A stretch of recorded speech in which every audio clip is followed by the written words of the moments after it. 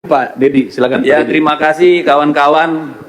Kita bangga sekali dengan hari ini karena apa? Sekali lagi terbukti apa yang diributkan orang selama ini, bahwa pemilu kita ini di bawah pemerintahan sebelumnya adalah pemilu paling brengsek dalam sejarah. Sah. Kenapa saya katakan begitu? 545 daerah pilkada. Oke? Total putusan itu menyangkut 310. Bukan berarti di luar 310 nggak ada masalah. 310 itu hampir 60% dari total pilkada kita. Hampir 60%. Gila itu. Saya nggak tahu kita punya hak nggak untuk duduk lagi di ruangan ini semua. Kalau kita punya budaya malu, saya kira wajar kita mundur semua. KPU, Bawaslu, Mendagri, Kapolri, gagal kita ini. DPR juga. Supaya adil. Nggak apa-apa, kalau perlu kita mundur berjamaah, saya siap. Supaya sebagai tanggung jawab kita terhadap bangsa ini loh. Hampir 60% pilkadanya bermasalah. Berarti yang tidak dipersoalkan itu hanya 235 daerah. Bukan berarti tidak ada masalah. Dari 235, 37 itu kota kosong. Berarti hanya 198 daerah. 198 daerah itu bukan tidak bermasalah. Either pelanggarannya terlalu masif sehingga tidak bisa dibuktikan, atau orang udah capek. Sekarang rakyat disuruh bayar lagi 1 triliun. Buat kelalaian kita semua. Yang bener aja kita ini, tanggung jawab kita di mana? Masalah SKCK, ijazah, administrasi yang tanggung jawab siapa? KPU dong, mundur. Pecat semua yang di daerah itu, Pak DKPP. Putusan MK jelas, semuanya habis. Kalau nggak ada yang tanggung jawab, yang jaga republik ini siapa? Masa iya urusan remeh-temeh begini, ijazah palsu, masa jabatan, kayak keledai kita. Berulang-ulang masuk lubang yang sama. Ini soal kualitas. Secara administratif aja kita gagal. Gimana secara substantif? Ini keterlaluan kalau menurut saya. Hampir 60% pilkada bermasalah. Kepala daerah suruh tarung lagi. Dari mana uangnya? Minjem, jual, gadai. Besok-besok korupsi semua Bapak Ibu. Yang salah siapa? Karena kita tidak melaksanakan tanggung jawab kita. Nanti kita teriak, kepala daerah koruptor. Muaranya di sini. Ketidakmampuan kita menjaga pemilu yang jurdil, bikin pelanggaran di mana-mana. Dan kita harus bayar itu semua. Enak banget. Apa yang mau kita sampaikan, Pak? Tidak adil kalau ini ditimpakan sama pemerintah daerah. Sudah anggaran dipangkas, suruh lagi dibiayai nih kelalaian kalian semua. Tidak akan ada gugatan kalau Gakumdu itu benar-benar kerja. Tidak akan ada yang masif kalau PJ-nya itu benar-benar punya marwah. Bawaslu-nya kerja benar.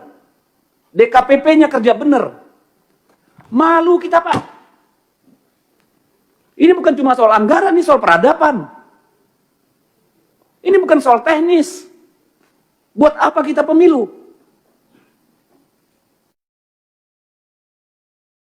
Jadi kalau Pak Ketua KPU nggak merasa bersalah, Pak. Nggak tahu lagi saya, Pak.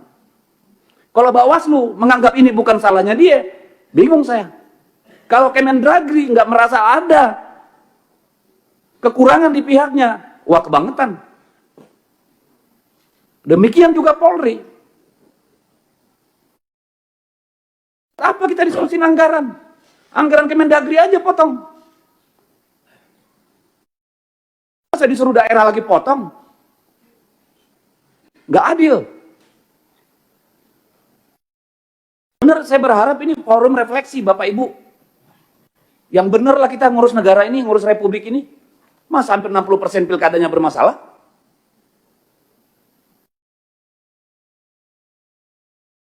Kapan kita mau jujur, Pak?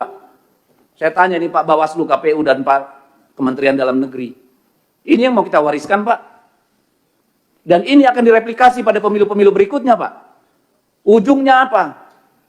Hutan habis, tambang habis. Semua dihabiskan untuk membiayai pemilu, Pak. Apa nggak ngelihat efek dominonya kita ini? Saya minta tolong, saya keras karena apa? Ini soal bangsa ini. Bukan soal teknis kurangnya anggaran, Bapak Ibu. Siapa yang jamin PSU pertama nanti tidak ada PSU kedua? Kita pernah ngalami sampai 3 kali PSU di Maluku Utara. Siapa yang bisa jamin? Akhirnya kepala daerah yang terpilih pun gak legitimate. Yang milih nanti 20%, 30%. Cari uang lagi mereka untuk money politik. Untuk sembako. Garbage in, garbage out. Sampah masuk, sampah keluar. Kalau mau kita mundur bareng-bareng, ayo mundur. Tanggung jawab sama negara ini. Gimana kita ini? Saya nggak merasa punya martabat jadi DPR kayak begini hasil pemilunya, Pak. Jujur aja, Pak. Ibu. Saya nggak punya kemampuan untuk menerima ini. Begini yang kita hasilkan. Kita semua bagian dari persoalan. Bukan cuma soal jabatan. Tanggung jawab kita pada anak-anak kita, Bapak Ibu. Masih ada nggak itu di dada kita? Masih ada nggak sih? Yang begini ini mau kita wariskan. Ini anggota DPR nih semua ini babak belur, Pak. Berdarah-darah, Pak. Kemarin pemilu. Pemilu berikutnya. Apa yang berani bertarung di DPR, Pak?